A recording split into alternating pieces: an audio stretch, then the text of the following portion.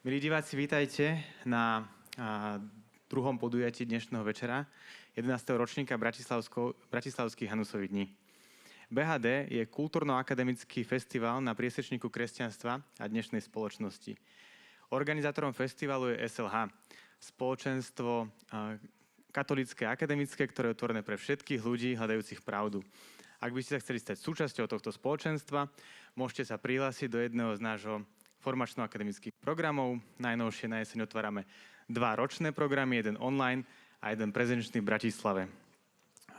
Pri príležitosti 20. narodenín SLH tento rok zakladáme Inštitút Ladislava Hanusa. Chceme to, čo robíme pre slovenskú kresťanskú kultúru, povýšiť ešte na vyššiu úroveň a preto, aby sme to mohli robiť, potrebujeme vašu podporu. Viac informácií, ako nás môžete podporiť finančne, môžete nájsť na stránke donio.sk/ILH. Ďakujeme. Festival prebieha pod záštitou starostky Starého mesta Bratislava. Hlavní partneri sú advokátska kancelária Lisin Roško & Partners, spoločnosť Plaut, CIU.sk a Fond na podporu umenia, ktorý podporil festival z verejných zdrojov. Hlavní mediálni partneri, konzervatívny denník Postoj, Nové mesto a denník Štandard.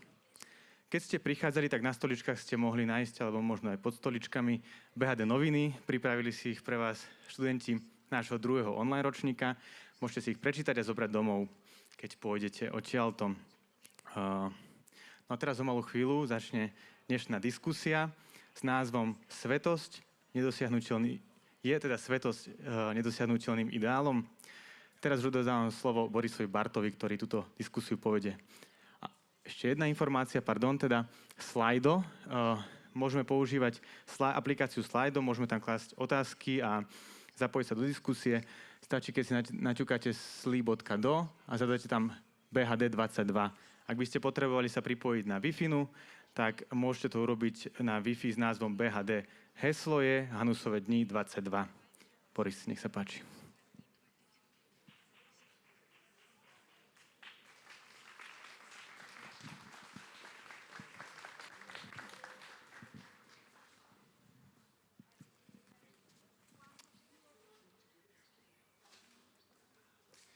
Good evening, everybody.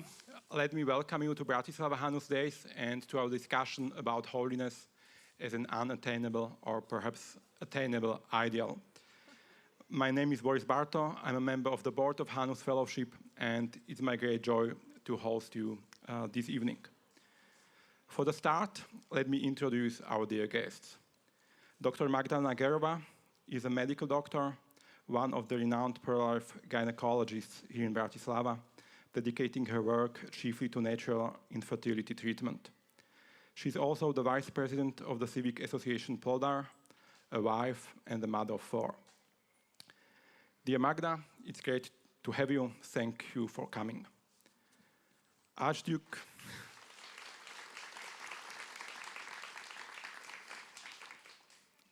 Imre von Habsburg-Lothringen is the great-grandson of our last ruler, of Austria-Hungary, Blessed Karl. Professionally, he works in property management, specializing in promotion of ethically responsible investment. And he's also the president of European Fraternity, the network for young Christian professionals in Europe. He's a husband and a father of 4 daughters and lives in Geneva, Switzerland. Your Imperial and Royal Highness, dear Imre, thank you for staying with us over this evening. It's a great honor to have you.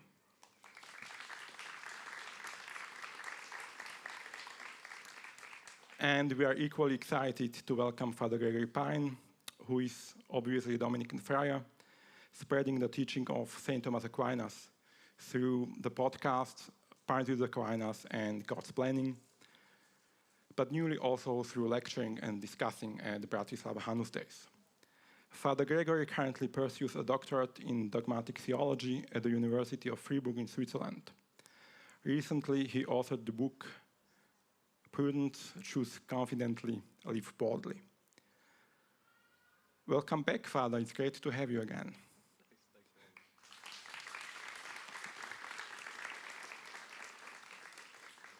And before starting our discussion, let me remind you once more, this time in English, that you will be able to join our debate through the second half of the event. You may submit your questions via Slido.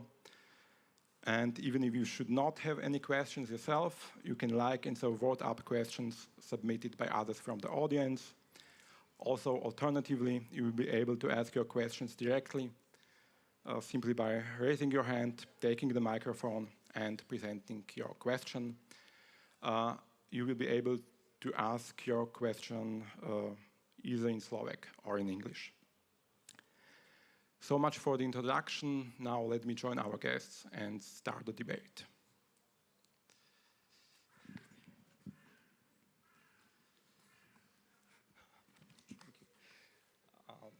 And maybe I would start with you, Father Gregory. Our topic being the holiness, I would like to look a bit for the definition of this term. When I speak with Christians, especially with young Christians here in Slovakia, but also in other countries, they oftentimes assume that what God wants of us is to be kind and decent people.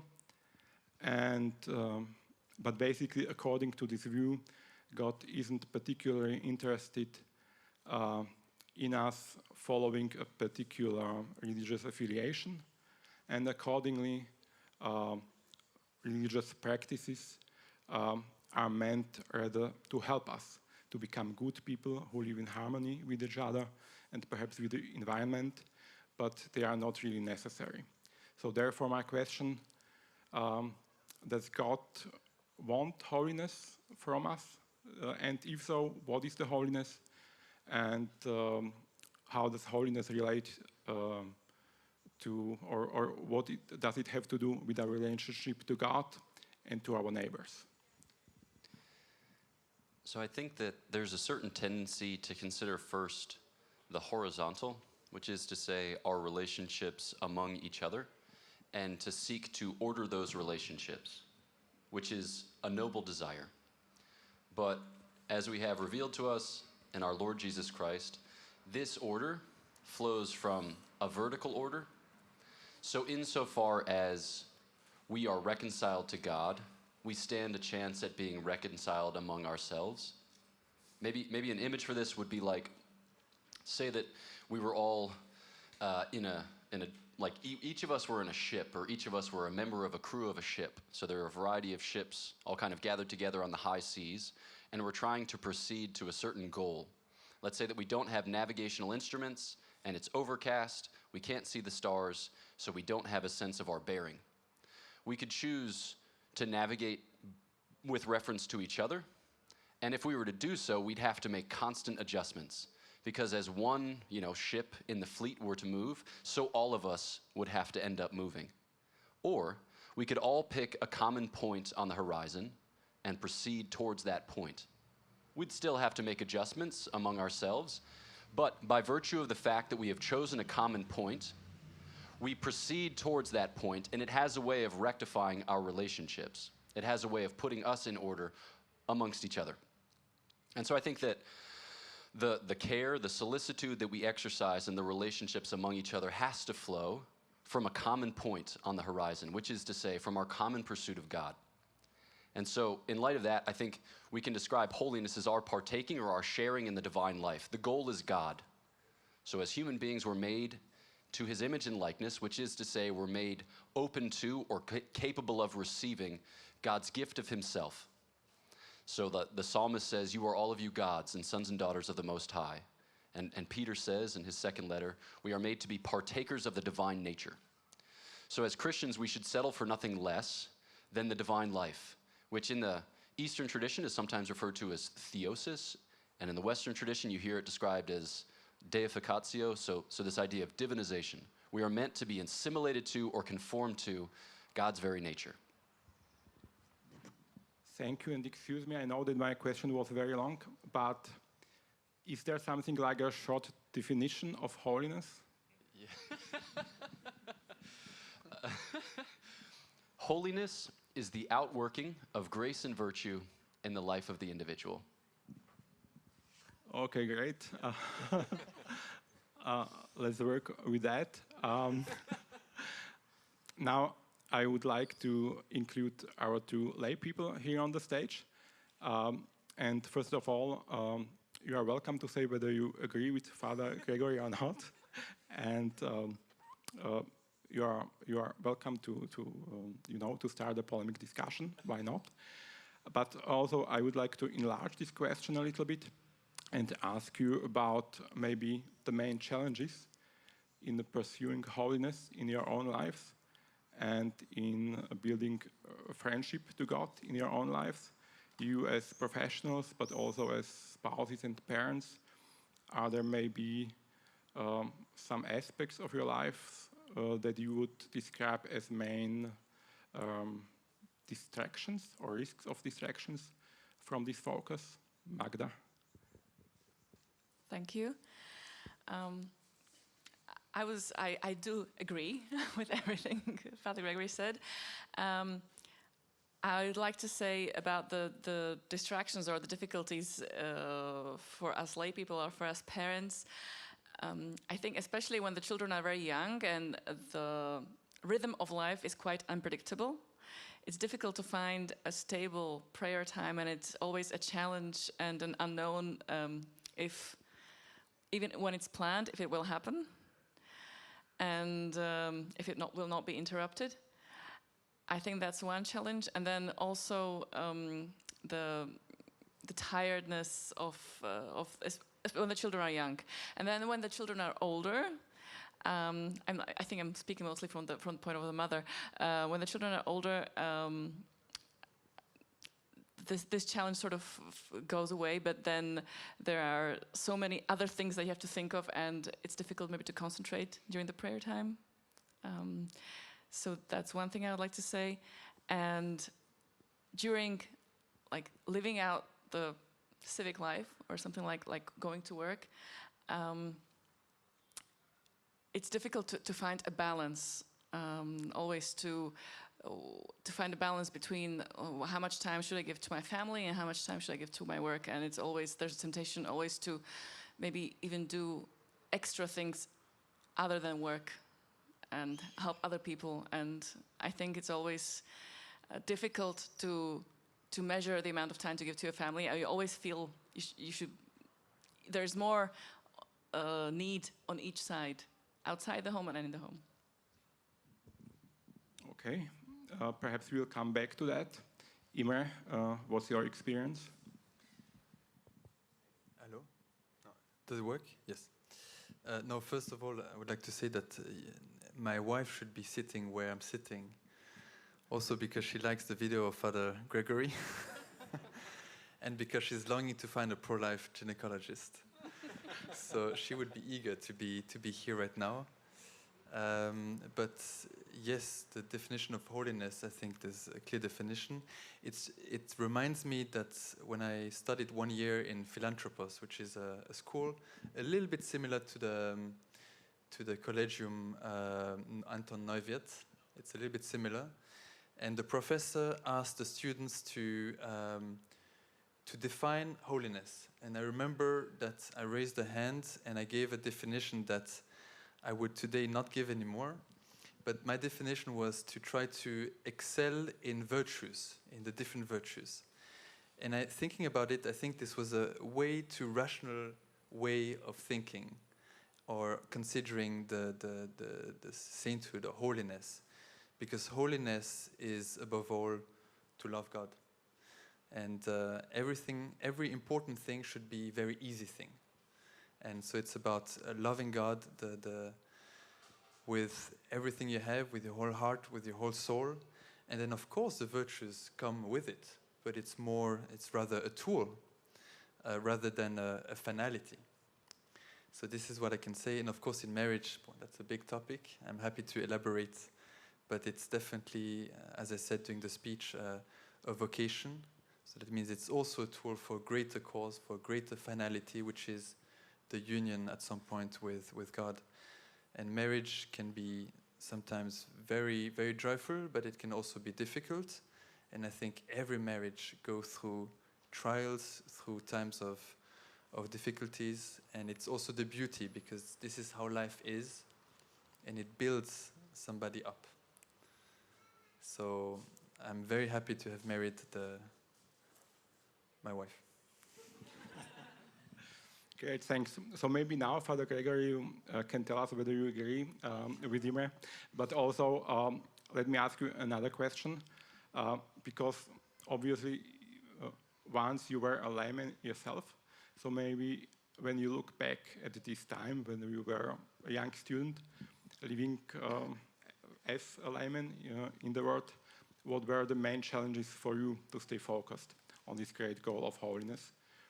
And maybe how did all this change after, say, you joined the Dominicans?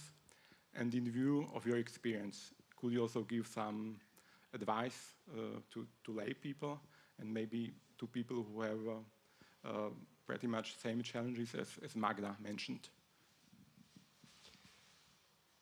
I had a professor who would speak often of the curse of knowledge, that once you've learned something, you can't remember what it was like to not know it. You can't remember what it was like before you knew, which I think is largely true of my experience, except in certain moments, especially when I visit a place where I haven't been in many years, and I smell a smell that I haven't smelled in many years, sometimes I'm transported back bodily to a time, whatever, 15 years, 20 years previously, and I remember exactly how I felt at that time, which is a very strong, strong experience. And in those moments, I'm often very grateful to God, because I recall that my life then was more sad, was more lonely, was more anxious. So I'm glad to have been, taken from there to the present. When it comes to, my life prior to entering the order, I like to say that, the Catholic Church will say that an individual reaches or attains to the age of reason around 7 or 8, which marks the point at which one might approach the altar for First Holy Communion. I think in my case it was around the age of 23. So I don't know that my pursuit of holiness prior to entering the order was anything significant, because I think it was largely irrational. But if I were to revisit that time with some constructive criticism, I think that I saw, largely in step with what Imre said, as a fruit of my own efforts. I think it's good to try. I think it's good, to apply oneself. But with a disposition of trying and applying oneself, sometimes comes the notion, or sometimes comes the delusion, that it's up to you. And, I don't want to take the wind out of anyone's sails and say, don't try, or just recline in your chair and God's grace will be infused as if automatically. I don't want to say that. But I do want to say that we have to frame all of our discussion of the pursuit of holiness with an emphasis on the primacy of grace. And I think here of 1 John 4, beloved, we love because God loved us first. We love because God loved us first. So there's a love that goes before us. And we can think about all of our efforts, all of our intentions as the fruit of God's love for us working itself out back to God. And so I don't know that there's any practical advice, or that there's any way in which you can implement a spiritual practice that instantiates that concretely in your life, except simply to consider or ponder the generosity of God in creation, in redemption, insofar as everything that we have from Him. And here I think of 1 Corinthians 4. What do you have that you have not received? If therefore you have received it, why do you boast as if it were your own? So I think that we need to return to that truth, be recollected in that truth, and then also kind of find ways in which that truth is present in our relationships, in our family, and in our friends. And oftentimes that can be expressed by simply saying thank you. My one sister, Rebecca, thanked my parents on a daily basis for letting her go to Franciscan University of Steubenville. It's like a parent's dream. But I think that, to cultivate this disposition of a kind of cosmic gratitude that we have been blessed with so much. It's for us really to return to that fact often and often and often. Okay, just to verify whether I understood you well. So this experience of, change in your life came with your joining the order of preachers, but more generally, you could say that it came with the realization of the primate of grace and with the importance of the gratitude. Yes, and yes. And I also think that I gradually grew more and more exhausted, and I realized that my efforts, my good intentions would not amount to salvation, because really what they amounted to is my needing a nap. So yeah, I think that like just kind of 12 years of grinding and being humbled by realities that I myself was not the master of is gradually beginning to set in. But I have many more years yet to learn the lesson. Okay, great, thanks. So maybe now we can move a step further, and maybe there's a question again to our family folks.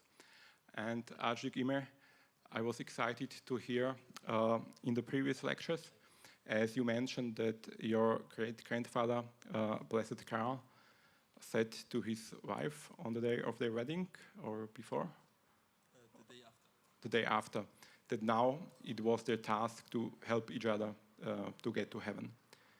So, and maybe that's why the question, how do you see that implemented in your own life?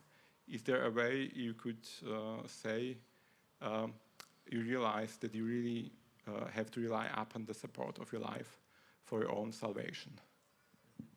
Yeah, thank you for this question. I did not ask the same question to my wife the day after. I wish I did, but we definitely share the same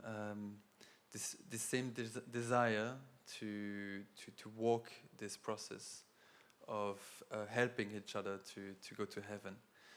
I think it's a question of perspective. It's a question of how we see today our marriage, how to see marriage in general. And there's a lot of attacks on trying to redefine marriage today. That's why it's an institution that needs to be strongly defended amongst the Christians, and do no compromise with it, because if this institution is destroyed, then it's the whole society that is destroyed. I think it's Aristotle who said that marriage is the very first cell of society.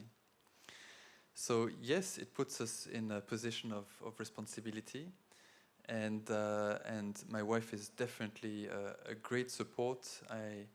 I can only, and I tell her, my spiritual director told me it's important to thank your wife, and to tell her that she's a support to you if you think so. And I said, yes, I do think so. And so I can confirm that she's definitely a great support. And what I see is that we each have our strengths and weaknesses. We have our own personalities as well, and characters. And personalities and characters are not the same. You're born with a personality, but then you can change your character. And she has a great way to help me to change certain aspects of my character. And this is the beauty of marriage, is that we can really go along this process and lovingly help each other, and sometimes firmly correcting the other. And it's actually we have to see it as a grace, even though it's not easy on the moment. You need to be corrected or to be reprimanded. But it's part of all the discussions that need to take place in a couple, in a very peaceful and respectful way, and to grow, just to grow. I like you stress the importance of the institution of marriage. So let me ask one perhaps a little bit controversial question. So would you say that the role of husband, or the roles of husband and wife, of father and mother inside a family, are identical in a way, or are they complementary? Or perhaps to put it another way, is there something you as husband only can do for the family, which your wife wouldn't be able to do herself, and vice versa? Yes, I think this is the beauty of the human person, is that there is a diversity in gender, male and woman, and it's also something that the society tries to slowly but surely put aside and put us on an equal step. So we are of course equal in dignity, but very complementary in our identity as men and women. And right now I don't have specific examples about my family, but I just know when I see with my children that sometimes they need their mother and sometimes they need their father. And it can be in different circumstances. It can be when they are crying and they have a hard time. And it's not only the mother. Sometimes they come to the father as well, which gives me great joy.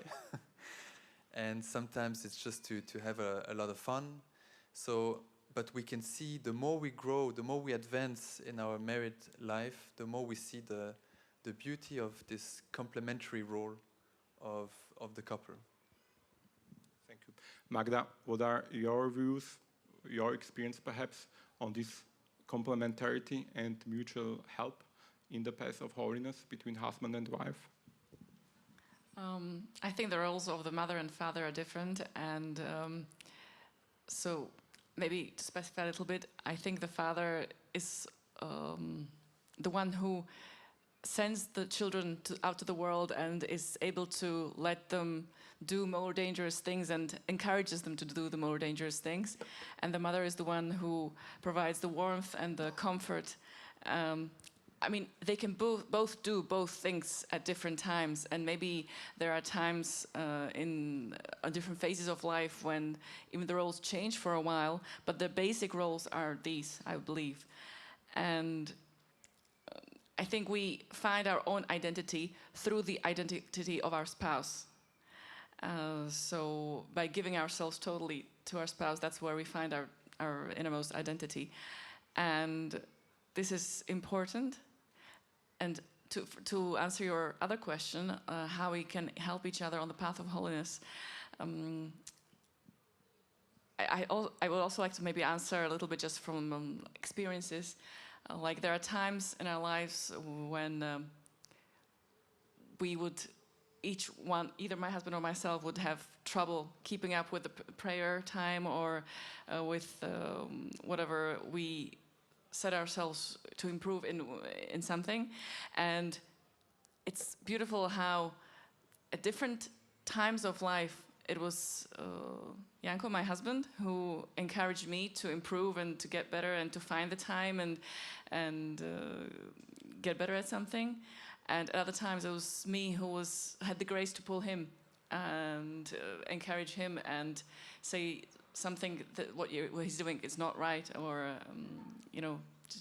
So at different phases of life it changes, and we are given graces at different times, and that's beautiful, I think. Thank you. Let us now come even another step forward and to the education of kids. And yes, still we will ask the first question to Father Gregory. What would you say is perhaps from your own pastoral experience, what would be the most important aspect in the religious education in order to help the children to really become people really striving for holiness instead of simply becoming lukewarm Catholics?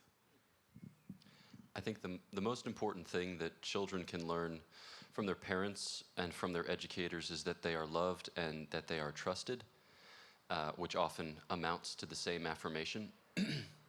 And that's not inconsistent with discipline or punishment, right? But I think that there is a way in which parents and educators can communicate that the children are loved and that they are trusted, especially as they mature, that more trust can be extended with a scope for greater freedom.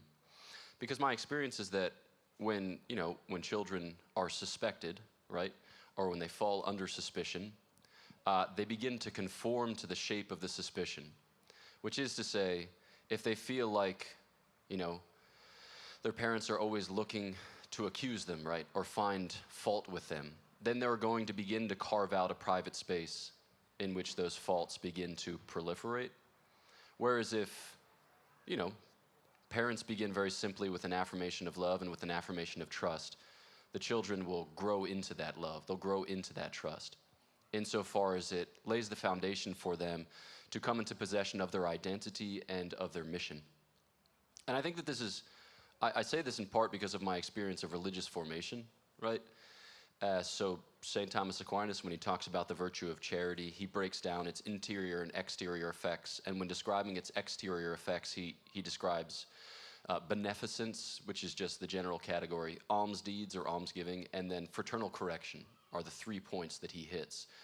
So it's fascinating that when he talks about the exercise of love, he ends, before turning to the vices contrary to love, with fraternal correction.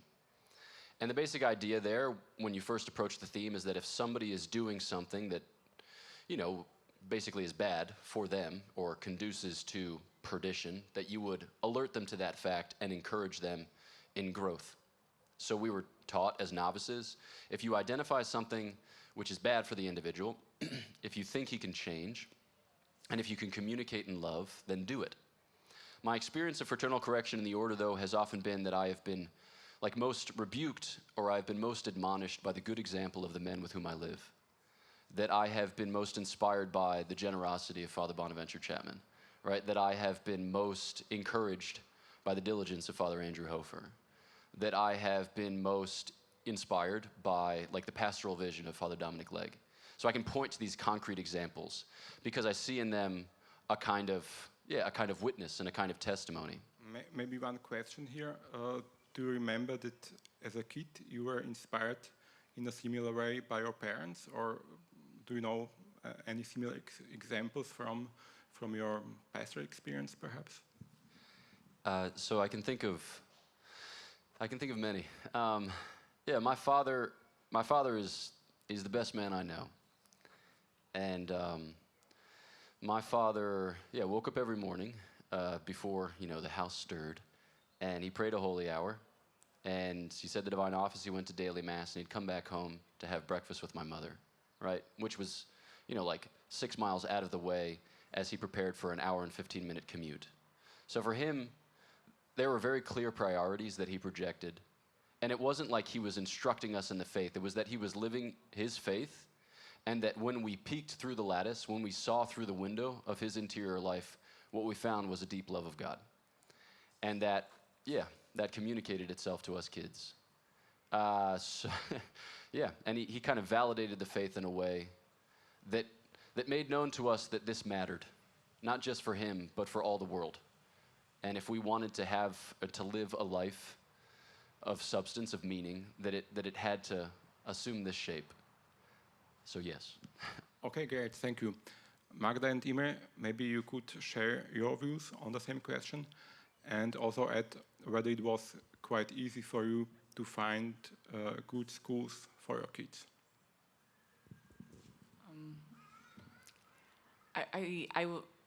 In my experience, I've admired many things with my parents, but the idea I thought of right now was when I was a little kid, I thought saints were people in the church and the statues in the church, and it was something distant from the reality of life.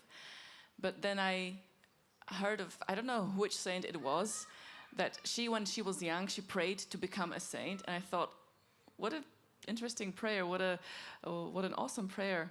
And I thought, actually, you should desire to become a saint or to become holy. And I realized that the saints are actually examples that we should follow. And one of the strongest examples for myself personally was Saint Gianna Beretta-Molla, because she was declared a saint about 2 weeks before I graduated medicine. And she was a doctor, and she had 4 children, which I at that time didn't know what was going to happen to me, but it was sort of like, it was a great example for myself. And it was a reality because she just lived recently in the 60s, or she died in the 60s. And I realized that it's possible to achieve this dream, to become a saint or to become holy. You don't have to be declared a saint, but that you should aspire for this life. And to find good schools for our children, well, it's not easy. And I don't know whether we have succeeded because they're still at school, but it's a compromise between, maybe I can talk for a while.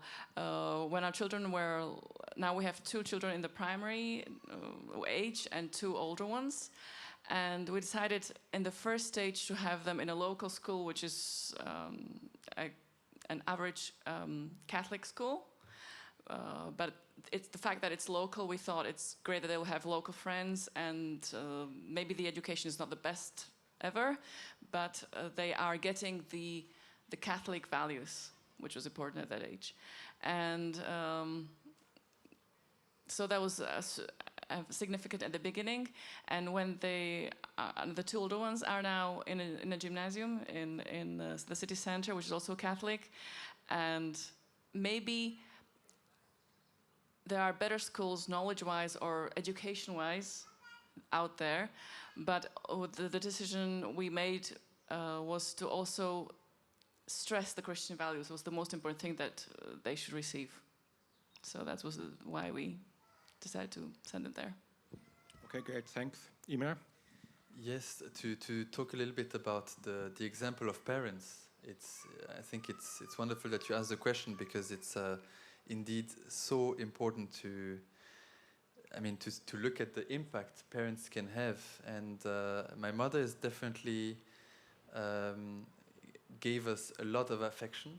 It's a person with an enormous heart, and always ready to help in the family, but also to help people, in the streets, beggars.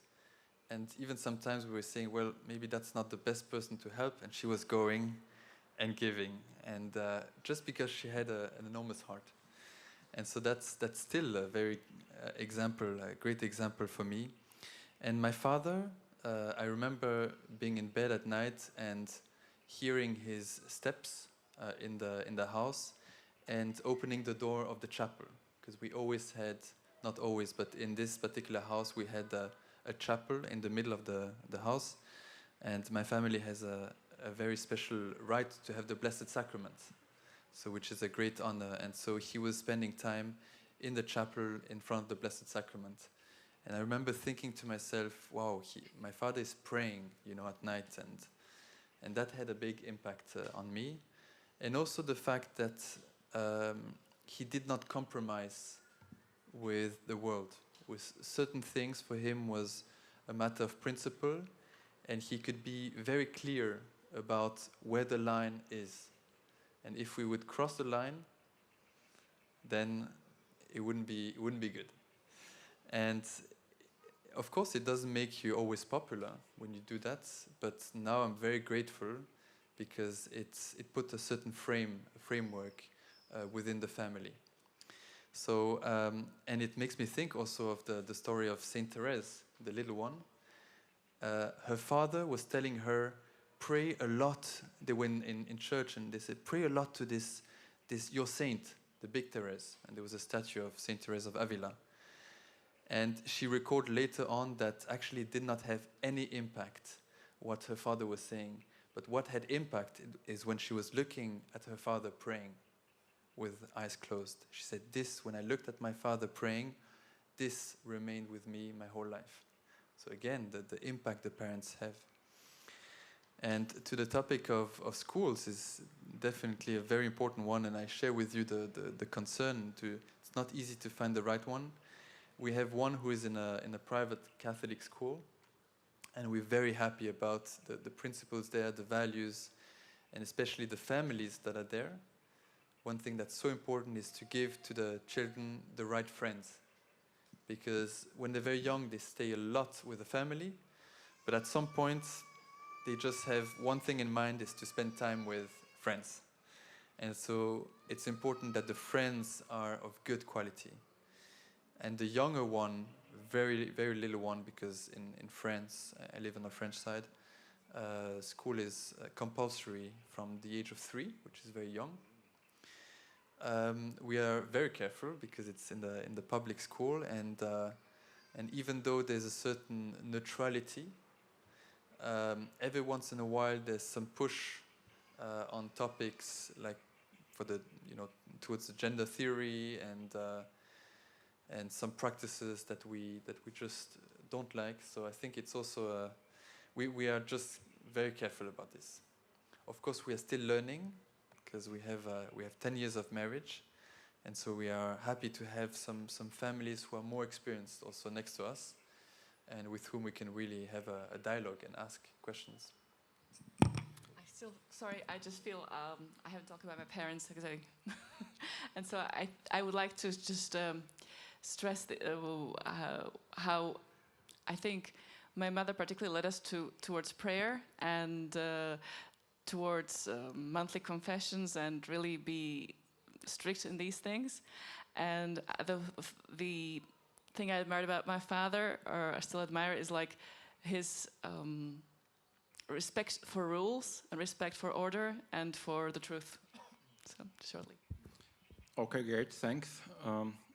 Also for sharing this experience. I would like to remind you of the possibility to submit questions via Slido, or also to raise your hand, and then you will get the microphone from our assistant. Until then, let me put maybe one more question here on the stage. Since we should talk about the professional life too, maybe the importance of the professional life for the holiness. Because in Slovakia and also in other European countries, we have examples of young people who were socialized in Catholic communities and Catholic associations, but as they have climbed the career ladder and maybe achieved important positions in business or in politics, oftentimes they have compromised on their faith in order to be accepted by their peers, perhaps, or by the public opinion. So maybe you could start again with you, Magda. Were you ever under pressure for your faith, or have you ever been in a position where you could have gained something by just putting your convictions aside? And how do you see, maybe more generally, the situation in Slovakia in regards perhaps to young gynecologists? Thank you. Well, as a gynecologist, I was often put before the question of whether I would perform or agree with an abortion, or I remember one particular situation. It was during the summer, and there were very few of us at work because many people were on holiday, and I was the only young doctor at the department, and they just said, "Well, can't you just do one?" And I said no. And there were different situations like this where I had to express my opinion. I want to encourage young people in different maybe in different jobs that they're doing, is that you have to, I think, decide beforehand. That's important, because it's not always possible, but if you know that there will be a situation that will be tempting for you, it's easy just to be led by the situation and to do the easy thing, or the natural thing that seems natural at that point in time, because that's what all the other people want you to do. But if you make the decision that it will be difficult, it'll be embarrassing, I will feel stupid, but I will say no. It's easier to act it out at the time, although every time something like this was going to happen, or I was afraid something like that was going to happen, like a situation like this, I had this fear whether I would succeed, whether I would stand my ground. And I would always pray, and it wasn't easy. So that was one question. And the situation with the young gynecologists in Slovakia, well, thankfully, I believe that there are more of us now that have this respect for life, and because there are more of us, it's a little bit easier for the younger people to become a pro-life gynecologist. Although, because in the recent years, there were many attempts to change the law on abortion, although just slightly, and there was a lot of public discussion. There's also a lot of polarization in the society, which then makes it difficult. So it's not like, wow, it's easy now, but the number is growing, thankfully, I would say. Okay, it's great to hear that. Imre, the same question for you. Yes, in the professional life, I think there are always moments where you have temptations to follow your interest, and the moral decision is at every sphere of activities. And but the question is to try your best to follow your conscience and to do what is right, and try to not fall in any conflict that you would regret afterwards. I think to be able to apply your values and principles on your workplace is definitely something that is definitely important. I'm have a great chance to be working in a topic that is very aligned with my convictions, which is ethical investment. So investment in line with the social doctrine of the church. But I also realized that not everybody has this chance to work exactly in alignment with religious convictions or philosophical convictions. But it doesn't matter, because actually at the end of the day, every work you can find a lot of dignity in it. And it's the question is more in what perspective are you working? What perspective? How do you give meaning to your work? And sometimes I hear some younger people who maybe don't find the best flourishing in their work because the work is maybe boring or a little bit redundant and so on. But I think I had to go through it as well, and I had a job that was very redundant and very boring at some point. But again, you can find meaning, and it all depends the spirit with which you do it. So that would be my answer. I probably forgot some other questions, but No, I think we're fine. Maybe a good question for Father Gregory would be if he also has had boring jobs. But let's ask another question. So, Father, if you talked to a Catholic prospect for high positions in business or politics, and he asked you, why is it better for me to rather lose a well-paid job or say to lose a favor of an important person than to give in on important aspects of my faith?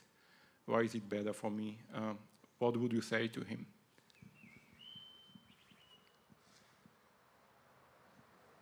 I think it would depend on the person, specifically like how I would appeal. I think different people are motivated by different things. I think here of the Summa Theologiae Prima Secundae question 2 on the ends that man makes for himself. Some pursue wealth, some pursue fame, some pursue honor, some pursue glory, some pursue sense pleasure, some pursue, etc., power, etc. But I think that whatever the motivation with which a person starts, it's not so important how you begin as it is how you end. And I think that when you can discern what it is that motivates an individual, you can speak to that. Even if those motivations might, to an observer from the outside, seem crass. You know, like somebody who's motivated by wealth, for instance. I could make more money if I compromise on my principles. It's like, okay, well, what will you spend that money on? Just to kind of think about that, think about the enduring worth of those possessions. I think here of a film, that came out maybe 25 years ago, The Italian Job, where the character played by Edward Norton steals a bunch of money and then expends all of his energy protecting that money. It becomes for him a source of affliction, though he cannot acknowledge it as such. For somebody who's motivated by power, maybe appeal to their sense of, like, what is the power that you hope to wield? Whom do you hope to influence and how? How do you hope to inspire them, or how do you hope to direct them? How do you hope to lead them? Because I think that when we follow any course of questioning, we have to get down to a certain bedrock. And I think that, at the end of the day, when we sift the desires of the human heart, many people want something that's thick, that's real, that's substantial. And I think that part of the discussions that we host in a setting like this is to help people to discern the true desires of their heart, what it is that really motivates them, rather than to kind of project on them a judgment which might cause them to retrench more firmly in their position, to appeal to the designs of their heart, to appeal to the things which, give them a sense of purpose. And I think that in those kinds of discussions, you can really find beautiful common ground. Okay, thank you. So perhaps I will try it out next time. And but let's start with the questions from our audience. And the first one is, we just take the question with most likes because we still care to some extent for the public opinion. How to overcome perfectionism attitude of all or nothing. How to overcome this attitude in our spiritual life. So I don't know, is any of you a perfectionist? I think I am. I mean, I'm trying to get over it, but there are points in time that I experience, especially doing housework as a mother and a housekeeper. Sometimes I don't feel like doing something because I know I will not be able to do it perfectly. So it's important to just start and do a small part of it. And I think the view is that we are meant to become perfect, but we should do it in baby steps, and it's better to do something than to have a nothing, and nothing, or what is the other attitude? All or nothing attitude. Thank you, because then oftentimes nothing gets done. Yes, it's true that I'm also a perfectionist, unfortunately. Unfortunately. I think it has some good aspects as well. But the question is especially in spiritual life. And it's true that in spiritual life, perfectionism can be really something that draws you down. Because as a matter of fact, I am not perfect. Nobody's perfect. And so you always have a sense of failure if you are a perfectionist, because you really want to attain this sense of perfection. And at the end of the day, and that's again something that my wife taught me with the years, she said, like, don't look at your, how do you call this, nasal gazing or something like that, but just look forward and the cause you want to serve. You know, do you want to serve God, or do you want to just serve your perfectionism? And this helped me a lot to lower the guards in terms of perfectionism in the spiritual life. Of course, to aim at living a virtuous life, and in the end, yes, we need to follow the example of the only perfect person, who is Jesus, but also accept our failure and our weaknesses, and try to advance also in humility.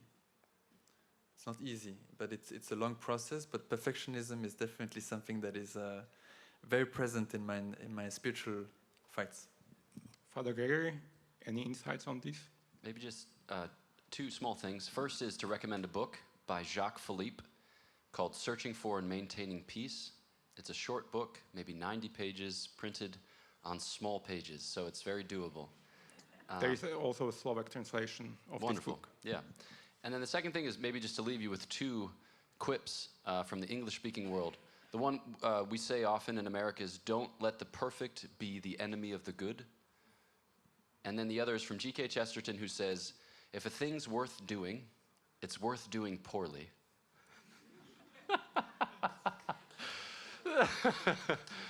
So if it's worth doing, it's worth doing, even if you don't think that you can do it perfectly. I'll just leave it at that. Okay, great. We will remember that. I think there might be a question in the back. Is that right? Not for now. Okay. So let's continue with Slido. How important is the role of spiritual direction and a specific plan of life when striving for holiness? Father Gregory, I assume you have a specific plan of life, do you? Yes, I have many thoughts. So my experience of religious life is that a form of life is very conducive to holiness insofar as one need not constantly reinvent or rediscover, but one can simply adopt and then be shaped by. So I have a kind of overriding sense of trust that the Dominican life has made saints in the past, and I can rely upon that Dominican life to continue to make a saint of me, even if unwillingly. So that gives me a kind of quiet confidence, and it saves me from trying to constantly, like I said, rediscover or reinvent my spiritual life. And so I think that for each Christian, having a kind of plan of life, and I was talking with someone about this earlier, apropos of the proposal of Opus Dei on this matter, having a plan of life is a good thing. But I also think it's good to be modest about your plan of life, and when making a plan of life, to consult your family and your friends. People who know you, people who love you, people who are sympathetic with you, and people who often see you better for who you are than you may in fact. And then with respect to spiritual direction, I think that spiritual direction is appropriate for some, but not for all. In the United States, there's one priest for every 2,100 Catholics. In the Southern Hemisphere, there's one priest for every 7,000 Catholics. So I think that we can just say statistically, not everyone can have a spiritual director. And insofar as material conditions give rise to oughts in certain circumstances, I don't think that we should say everyone ought to have a spiritual director. But I think that everyone should be engaged in thick Christian communities where we have transparency and accountability, and where you have people who can coax the good out of you, encourage you in your spiritual life, reflect back to you your strengths and your weaknesses, even when that's difficult to confront, but to help you address those things in a context of love and in trust. So I don't think that you need a spiritual director. You might in particular circumstances, but I think that it's certainly good for everyone to have a regular confessor, even if you don't set up an appointment for that, but to try to go to the same setting or to the same priest, so that way you are, better disposed to confront those aspects of your life which, hold you back, or those aspects of your life which, stumble you up.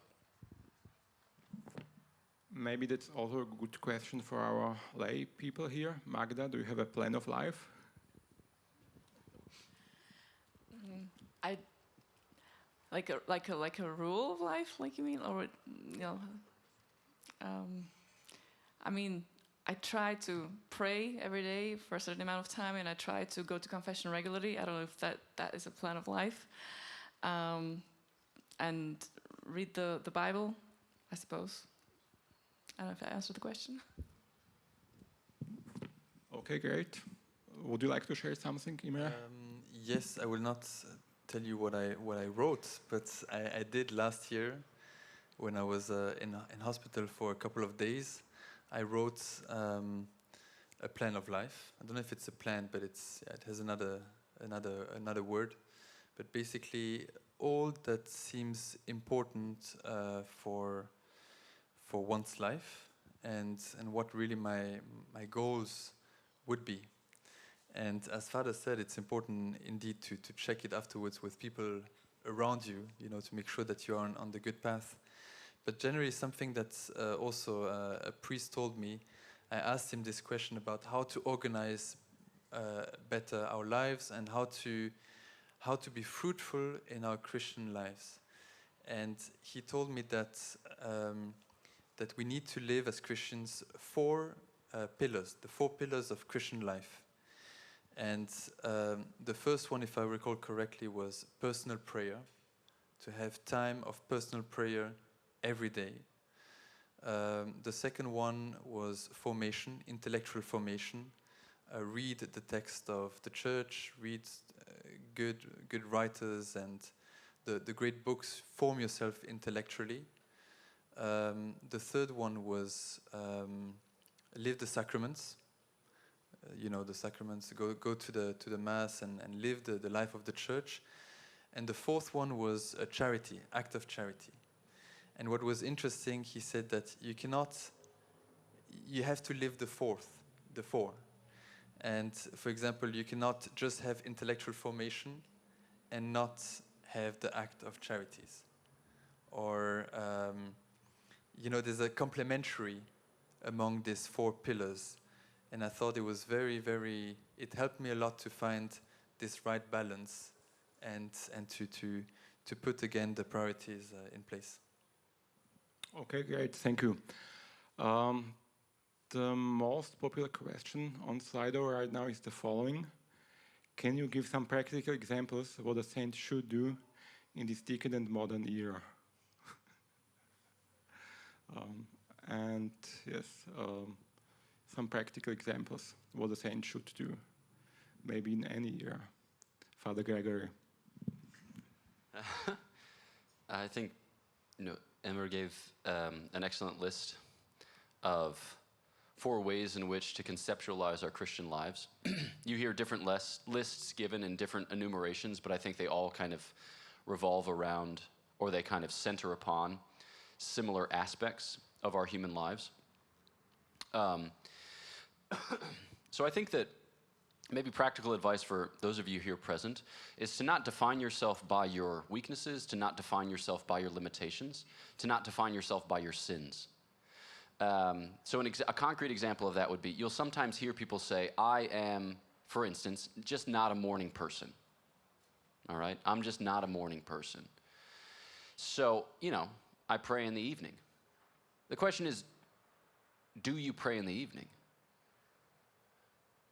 Because if you do, that's great. But if you're anything like me, when the day starts heating up, it becomes harder and harder to pray in a way that's peaceful, serene, genuinely contemplative. So if you pray in the evening, power to you, right? But if you don't, then perhaps that's related to a lie that you're telling yourself, namely that you're not a morning person. I would submit to you that as a Christian, you're something of a morning person. All of us, by virtue of the fact that we are baptized, are something of morning people. Insofar as every day, part of our Christian vocation is to rise with the Lord and to check in with the Lord, even if it's only briefly. Because to the degree that we can frame our lives in recollection, right, in kind of turning towards God, recovering something of this Godward gaze, right, then our lives themselves, they exhibit or they evince more fruitfully this consecration that we have received as baptized Christians. Now, you can probably recount better than I, obviously, a variety of other lies that we tell ourselves, okay? Maybe you don't have strong friendships, and you tell yourself it's because you're detached, okay? I'm detached, I move from this place to that place, from university to job, or whatever it is. And it's not practical to stay in touch, because why be burdened by past things when you're supposed to engage new things? Okay, there might be a certain ring of truth to that, but also, insofar as we never find ourselves in committed relationships, we never find ourselves accountable to another human being who says, cut the nonsense, right? Step up, man up, as one of my formators would tell me, zip up the man suit. It's like, what did you just say? Right? So I think that we have to confront these things. So I think the saint in the 21st century is one who prefers the truth to himself or to herself. And it's often very difficult. It's very violent to prefer the truth to yourself. But if we are to grow in the spiritual life, we have to, right? Which means death, which means sacrifice. But it's the terms, and we have to abide by them. So maybe just let me ask a very short follow-up question for a very short follow-up answer. Are there any distinct things a saint should do in our particular modern era, distinct from what a saint had to do in previous times? Yeah. I think a saint has to put her phone at more than arm's length distance from her workspace, right? Because I think if you're to be recollected, you need to turn to God. But if your phone is within arm's length, you're going to always turn to your phone. We just have to be honest. So that's something that's peculiar to our time. Okay, that's great. Thank you. Imre, you talked about your great-grandfather, Blessed Card, during the lecture before. Do you think that he's a specific example for striving for sainthood in the modern era? Yes, I think he went through difficult times and had to take painful and difficult decisions. So he's definitely an example to follow. But again, going back to these practical examples, I think it's also to have the good friends around us. We should not remain alone as Christians. Have the good people to support us. Be part of a community, maybe to be part of a group of for men to be part of a men's group, and the same for women, in order to share really maybe all the issues or challenges that a man or respectively a woman faces in society, sometimes it's easier to talk about this when we are among men or among women. And yeah, just good friendships, perseverance in prayer. Unfortunately, I'm not a good example. I'm trying to be a morning person. But my wife knows that it's difficult for me. She's a morning person. But it's definitely something that, yes, once you do it, it gives such a sense of, it's refreshing in the morning if you can put God straight away at first position in your daily life. Okay, great, thank you. Actually, there is also a question asking if you could share something from your prayer life, or whether there are some recommendations for the prayer life in general.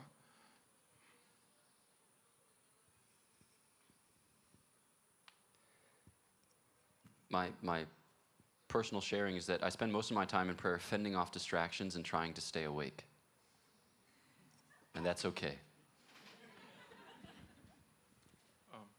Just a short note on that. I used to pray the first thing in the morning, but now I do a short amount of exercise before I pray, because that keeps me more awake. So then I am able to stay awake. Okay, great, thanks. Maybe one more question for you, Father. I remember that yesterday, was it yesterday? I think it was. You said that a minimum of prayer time for a Christian should be 20 minutes of personal prayer. How strict is this rule? So it's not strict. So it's a practical consideration, and practical considerations are always materially instantiated in a time, place, setting, and circumstance. So 20 minutes is a number that I've devised because I think it often takes the human mind and heart a little bit of time to settle down, and then a little bit of time to transition out. And there's not a hard and fast rule, but for instance, if I were to sit down with you and say, "Hello, Boris, I have 18 minutes for this conversation," it would constrain the conversation, right? Because you might feel a little bit taken advantage of, as it were, insofar as, I hadn't afforded you any real scope or time for a discussion. It's like at the end of a conversation, when your interlocutor begins to look at his watch, it conditions your entire experience. It kind of reaches back to the beginning of the conversation and casts a pall on it. It's sad, right? Now, mind you, we have to have good boundaries, and we have to keep appointments because our solicitude for other human beings entails a certain responsibility.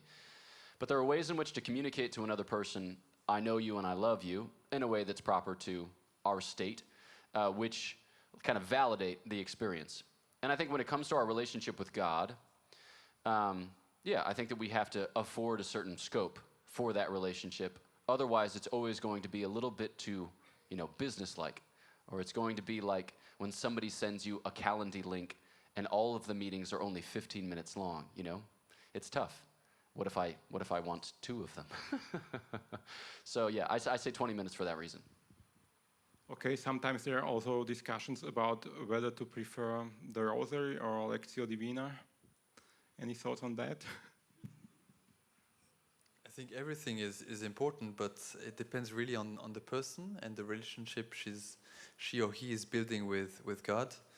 What I always heard is the importance of silence as well, and just stop talking and listening. And this can be quite challenging, but I heard that this is important. And maybe a thought that comes to my mind, and it's especially for the men here present, is an initiative called Exodus 90. I don't know if you heard about it, but I did it a year and a half ago, and I have to say it was a very great but tough experience. And the fruits I take from this is the prayer time. The cold shower I left on the side, but the time of prayer every day, definitely I take it as a great fruit of this Exodus 90. And for those who don't know it, I urge you to look at it on internet, because if you feel called to it, it's a good experience to do. It's basically based on prayer, on having a certain sense of sobriety in your life, discipline, as says. and this fraternal experience with other peers with whom you do it. And I think it's a good answer to this modern world, as the person was saying, that we live in, is that men become always more men. Sure, thank you. Actually, Exodus 90 is very popular in Slovakia. So we learned that Slovakia is the first non-English speaking country with most Exodus men, basically. Magda, any thoughts from you? I would say rosary is great, and I try to pray every day. But I have to say, I think at least most of the time at least start it in the car and then finish different points during the day. But as Imre said, the quiet time, maybe it's reading a short passage from the Bible, and then spending some time thinking over it. I think that's important, this quiet time. Thank you.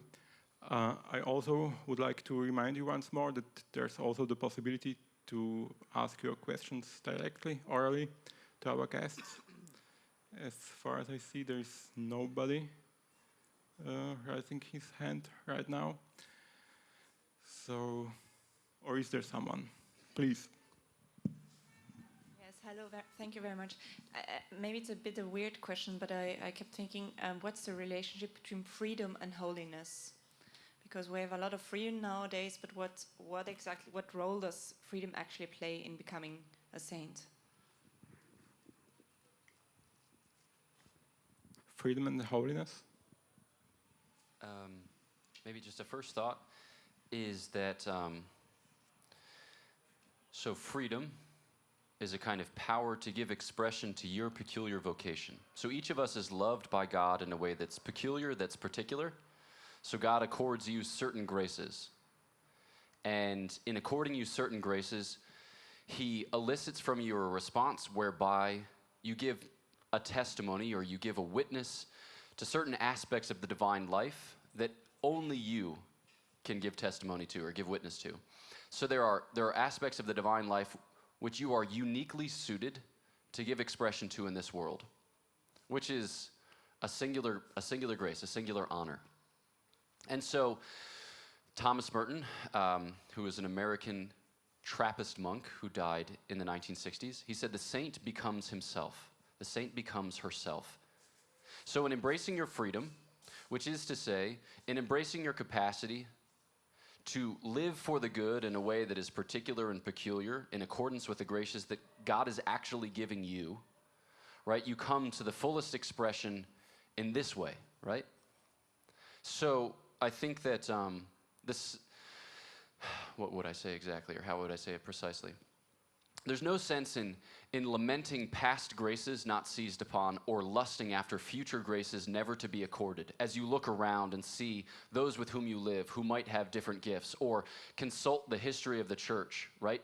With Simeon Stylites, who stayed on top of a pillar for 37 years, or St. Francis of Assisi, who starved himself to his crazy bones, or St. Thomas Aquinas, who spent 17 hours a day dedicated to sacred study. It's like those lives are beautiful insofar as they give manifestation and insofar as they communicate God's grace in those ways, but those should be translated into our own particular experience so that we can tell the story of Christ's working out of salvation in our lives, right? So you have something unique to say, and I think your freedom is given expression by saying that. Maybe just a little point about freedom is there's so many definitions of freedom. And I don't remember the person, unfortunately, who defined it. But the first one is the right to do whatever you want. And that's the definition of the world, is what we called in French le libre arbitre. You basically, I decide about everything because it's my body and so on. But there's another definition that is the right to do what you ought to do. That means we are free to do what we are called to do. And it's very interesting that when you do something, when you are sinning, you are free to sin, but by the very fact that you are sinning, it makes you not free. It makes you actually a slave. So it shows that this first definition of the world is wrong. But the second one if you do what you're supposed to be doing, that makes you really free, and of course more holy. So freedom is definitely a very tricky, especially nowadays, very tricky concept, but we should not let it go into the first definition. We should always bring it back to this second one, which is a call to holiness, actually. I think I would just like to add a little bit that you can be free to do something and you can be free from something. So if you practice a virtue or you give up something and you practice giving it up, then you gradually can become free from it, and it gives you more freedom to do what you're supposed to do. Just one book recommendation. It's an academic book, right? So it's a heavy lift. But there is a Belgian Dominican who taught at the University of Freiburg for many years named Father Servais Pinkers. And he wrote a book in French called Les Sources d'éthique chrétienne. And it's translated into English as The Sources of Christian Ethics. And that would be a great text to consult for a rich understanding of freedom. Okay, thanks. I got the information that there will be another oral question from Imre, the director of our festival. Thank you. Thank you. I would like to ask, what is the role of liturgy in your spiritual life? Saint John Paul II said that liturgy is the summit and the spring of spiritual life. So if it's also your experience, thank you. Father Gregory, is it your experience? Yeah. So, yeah, maybe I just share my perspective celebrating the sacred liturgy. So when St. Thomas Aquinas talks about the virtue of religion, he talks about it in the context of justice, the virtue of justice. So justice is what one owes to another by virtue of the fact that the other has a certain right to it or claim to it, a certain use, a certain due-ness. And St. Thomas describes religion as that which we owe to God. And it has a kind of cosmic claim, insofar as God is the creator and end, and as a result of which we owe him all that we are. And in the American setting, you hear a lot of people asking the question, like, how do I get more out of Mass? And I don't want to rebuke those who ask this question because it's inspired by good motivation, but I also don't think that that's the point. Because I think that the point of religion is to give your life to God as an oblation or as a sacrifice. It's to render back in praise what has been conceded as a gift. Because that is what the whole cosmos conspires to elicit from us as a response. That we recognize what is and interiorize it through the exercise of religion so that we could be in tune with or in harmony with reality. And so, yeah, my experience of celebrating the sacred liturgy, while it is not always exciting, while it is not always engaging in a way that those who pose the question that I described earlier might hope, it always has the smell of sacrifice, right? C.S. Lewis wrote a book called Till We Have Faces, which was his last novel, and he thought it was his best novel. And in there, he has a lot of very evocative descriptions of religion. And it's in a pagan setting. The name of the pagan god is Ungit. And the protagonist describes how the temple of Ungit has that Ungit smell, which is to say it smells like slaughtered animals, which is strong as far as the imagery grows, which is strong. But I think it should bring before our eyes the fact that we are made for sacrifice. We are given a life so that we can give that life back. I think about this whenever I read Luke chapter 15, where you have these back-to-back-to-back parables where something is lost and then it's recovered. So a coin is lost and then it's recovered, all right? A sheep is lost and then it's recovered. A son is lost and then it's recovered. And it's fascinating. In the first two parables, a celebration ensues. So the woman recovers her coin and then she hosts a party. And I suspect that in hosting that party, she spent the coin. A shepherd, he recovers his sheep and then he hosts a party. And I suspect that at that party, they ate lamb. A father recovers his son and then he hosts a party. And I think the point is that that son is given back to God. That son is recovered so as to be given back to God. And all of our lives in the context of the sacred liturgy are recovered so they can be rendered back. And they have that smell, they have that savor of sacrifice. So, yeah, when I celebrate the sacred liturgy, I have the sense that my life is not my own and that it ought to be rendered back. And that in the liturgy, I can give that to another. I can put God on another's tongue so that she or he can render his or her life back. Maybe just a short something from me. I think liturgy is very important, and we all experienced it during COVID when the churches were closed.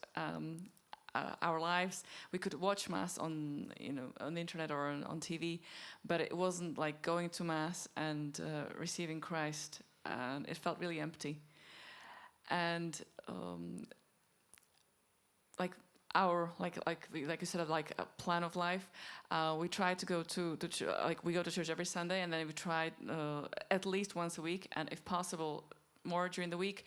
But it's always a battle between: should I be at home with my family? Should I take them to church, or should I just stay at home? And yeah. Yes, it enables me to share a little bit about also the liturgy, how we live it in the family. And my wife made me discover also the traditional Mass, so the traditional rite. And it's a beautiful richness in the church. I think it's Pope Benedict XVI who said, there's one liturgy, but several rites. And again, it's this beautiful diversity that we have in the church, that we have different rites, different way of living this liturgy, but it's one unified liturgy. And the traditional, we go to both parishes. We go to a traditional parish and also to a Novo Sodo parish close by. But what is so important is the sense of sacredness that we find at Mass.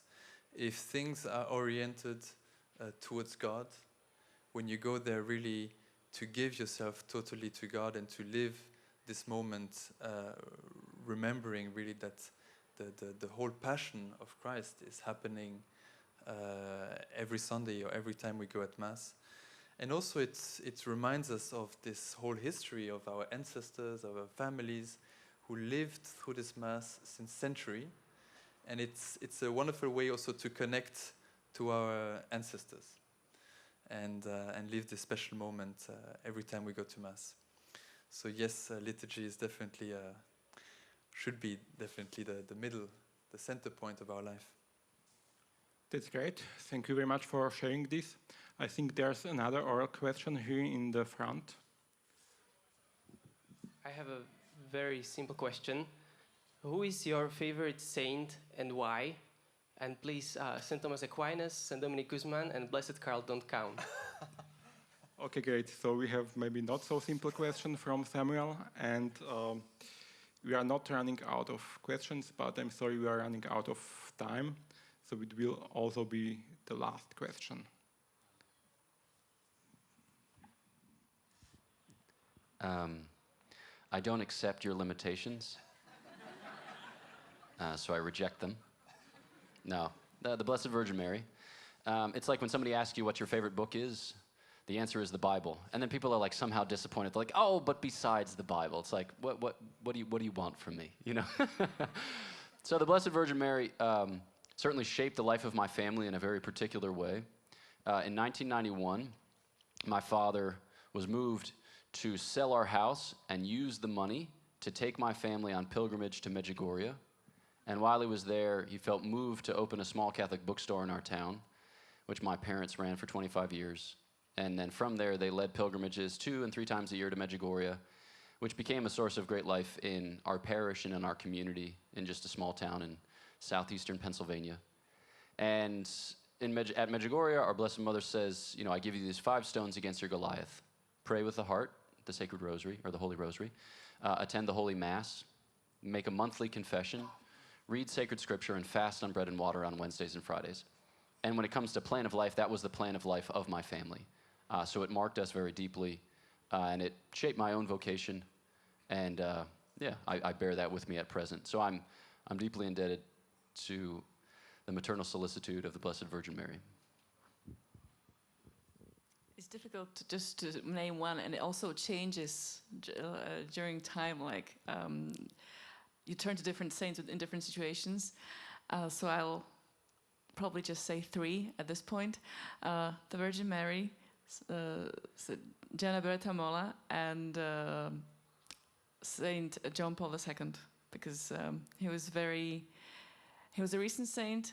I had the gift of not meeting him personally, but having eye contact with him during the World Youth Day. And me and my husband, we got to attend Academia of Karol Wojtyla, which is a course on many of his teachings. And wow, that's all I can say. Besides Blessed Karl, definitely the Saint Therese of the Little One, of Lisieux, because of her spirituality, simple spirituality, but at the same time very profound.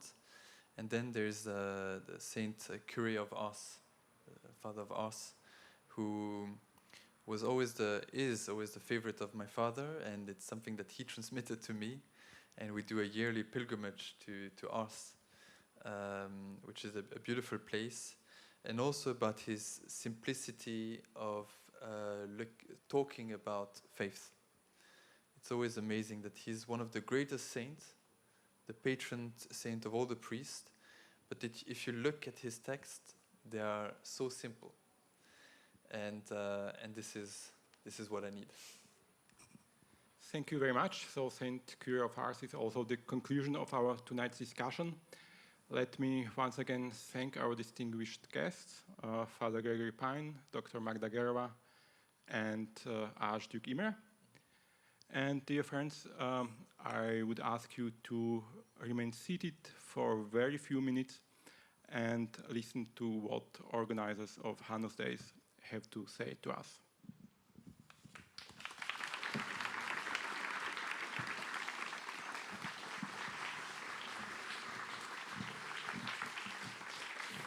Ďakujem ešte raz hosťom dnešného večera, moderátorovi dnešného večera, našim podporovateľom a partnerom. Hlavní partneri podujatia sú advokátska kancelária, Lisina Rožko & Partners, spoločnosť Plaut a Fond na podporu umenia, ktorý podporil festival z verejných zdrojov a CIU.sk. Hlavní mediálni partneri, konzervatívny denník Postoj, portál Nové mesto a denník Štandard. Zajtra vás pozývame na hudobný dialog, talk show s názvom Lash and Grey, Jana Lukáš Zubajovci, dialog dvoch svetov o 17:30 a na moderovanú diskusiu o tom, prečo sa pápež pletie do ekonomiky o 20. hodine. Tému nášho festivala Krehkosť identit doplňa umelecké dielo po mojej ľavici, ktorého autorom je Pálo Macha a je to sklenený obraz s názvom Ex tabula rasa. Môžete ho prísť pozrieť, popis nájdete na informačnej tabuli vedľa samotného diela.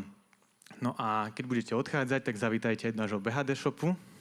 Počkajte. Tak. Kde si môžete kúpiť výbornú kávu, kvalitnú literatúru a chválonožky s logom BHD. A kúpou týchto imidžových chválonožiek môžete podporiť tento festival. A okrem toho je tam výborný časopis, nové číslo Verbumu, ktoré od minulého roku vydáva spoločenstvo Vladislava Hanusa. Ak ste si ho už kúpili, nevadí, kúpte si ešte jeden časopis pre vášho farára. Ak ste tu z jednej farnosti, tak sa rozdielte a jeden kúpte najnovšie číslo a potom máme aj tie predchádzajúce dve. Určite ho tým potešíte. No a na záver, predtým ako sa s vami rozlúčim, poprosím ešte otca biskupa Jozefa Haľka, aby nám prišiel dať požehnanie k tomu, aby sme vedeli žiť tú svetosť, o ktorej bola diskusia.